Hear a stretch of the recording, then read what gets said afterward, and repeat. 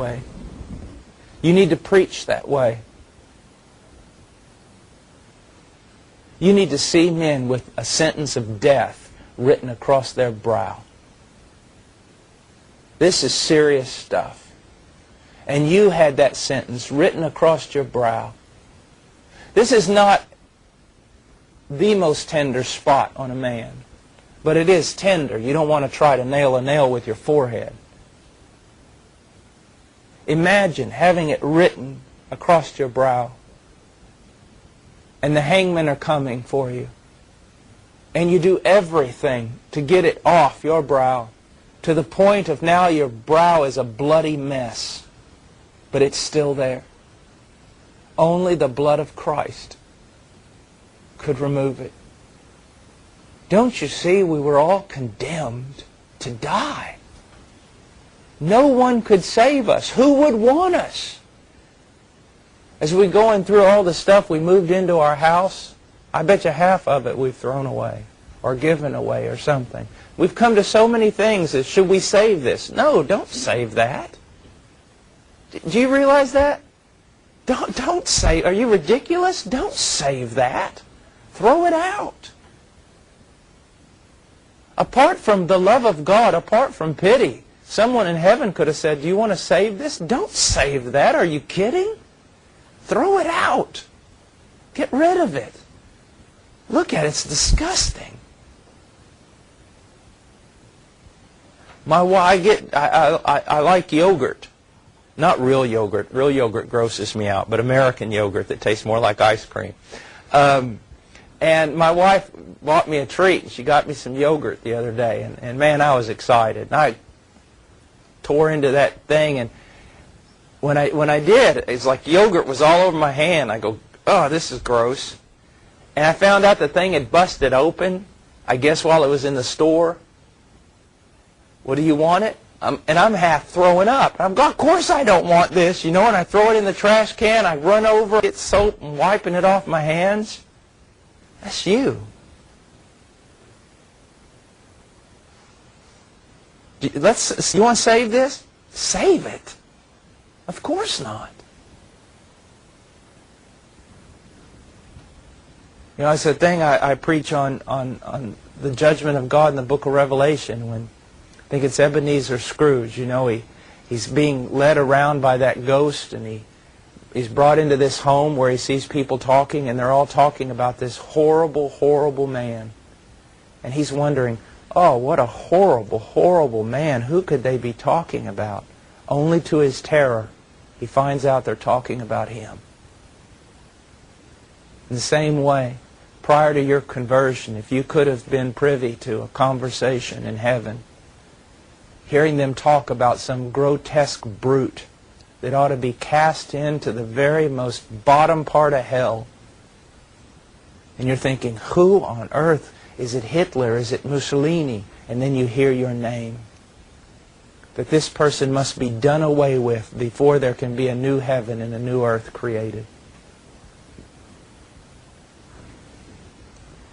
So Jesus Christ, laying down of His life for His friends, was beyond anything that could ever happen in any other man's life, a voluntary act, and consequently a more wonderful of display of love than could ever be given in any case. I love what Thomas Boston writes here. He was born holy for them, lived holy for them, and died for them on the cross. We need to preach that Christ died for God. But a lot of young men who've become mesmerized with the idea of God doing everything for His own glory, which is true, in their own self-delusion, the young men have forgotten that although Christ, first and foremost, died for God, He died for men. Don't you ever forget that. Look what Boston says. He was born holy for them. For them. He lived holy for them. And He died holy for them on the cross. Never was there such an act of friendship as this among men, one bearing the wrath of God in the room instead of another. Oh, how He loved them. Now, this next thing we're going to look at, and I'm going to sound too mystical here for some, but that's all right. I believe the knowledge of this, we grow in the knowledge of this next phrase only through intimate communion with God. Through understanding the Scriptures, but through walking with God. He says, you are my friends. I had a relative one time that looked at me as having a great deal of trouble with his sons. And he said this. He goes, I love my sons. I don't like them. They are not my friends. I think that oftentimes we look at God as loving us. I've been amazed at how many people have been brought to tears when I have taught on the fact. And I know this is going to sound trite.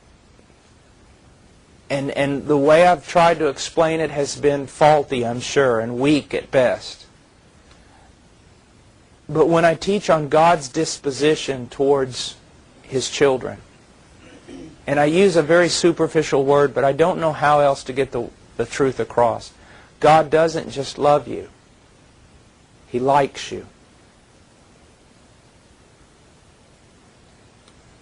Sometimes people come to the point, like I've said, where love is almost something God has to do. Or it's a cold, calculating love based just on faithfulness. I'm a faithful God, so I have to love you, and I'm going to keep my promises. But His disposition of kindness toward you. And another thing is, by way of, it's a wonderful way to remind us of something. You're a child of God. That's good. Do you live like a friend of God? Do you live like a friend of God? Abraham was God's friend. Are you a friend of Jesus? There was a book written, I forget the title of it, several years ago, and the author did not want himself to be known, so he only entitled it A Friend of Jesus.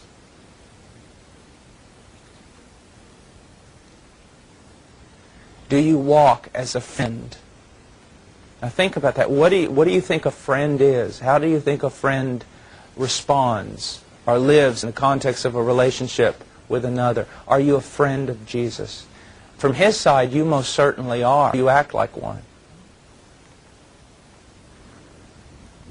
John Gill writes, the persons for whom He laid down His life are described as His friends. Not that they were originally so, being enemies and enmity itself to God.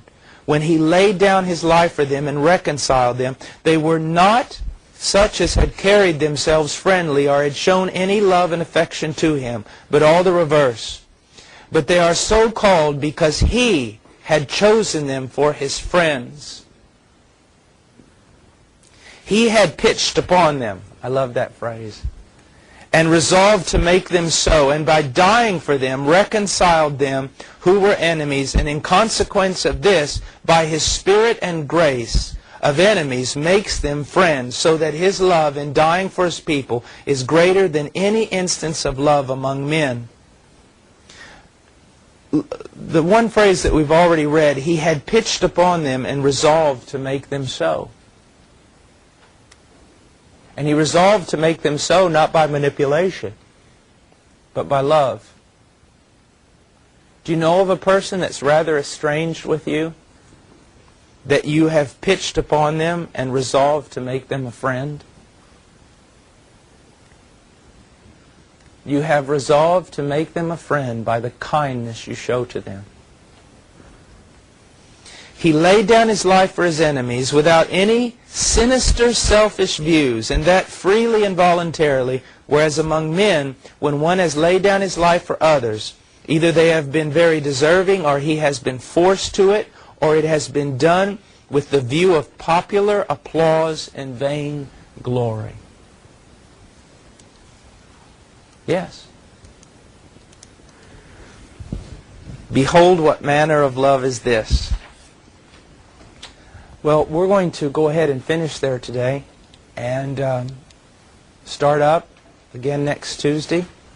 I'm looking at right around September when we will begin with our little training program. I have to leave for Peru. It's my last big trip out, and I'm going to be in the jungle of San Rafael and San Martin, I think, and I'm also going to be preaching in Lima.